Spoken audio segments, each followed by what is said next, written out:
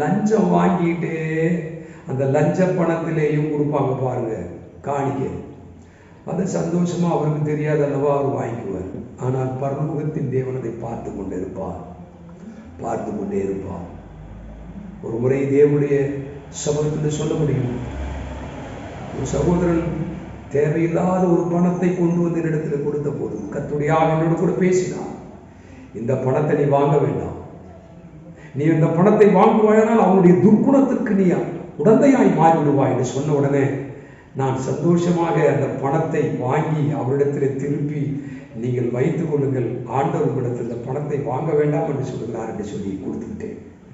இன்றைக்கும் எனக்கு அதில் சந்தோஷமாக இருக்கிறேன். இரண்டால் குருடர்களாக இருக்கக்கூடாது. மூன்றாவது அவிசுவாசம் மனதை கூடாக்கும். 2 கொரிந்தியர் 4ஆம் அதிகாரம். இதெல்லாம் ஜெயிக்கணும். அதாவது விதிக்கப்பட வேண்டியது, விதிக்கப்பட வேண்டியது. ஆண்டவர் குருடர்களை பார்வை செய்தார், மனக்கண்களை குருடாக்குகிறவன் பிசாசு. கர்த்தருடைய நாமமே கூடாது. 2 கொரிந்தியர் 4ஆம் அதிகாரம் 4ஆம் வசனத்தை வாசிக்கும் போது அவிசுவாசம் மனதை கூடாக்கும். விசுவாசம் இல்லாமலே வாழ்ந்து விசுவாசிக்கிற பேர் அழிக்கப்படணும்.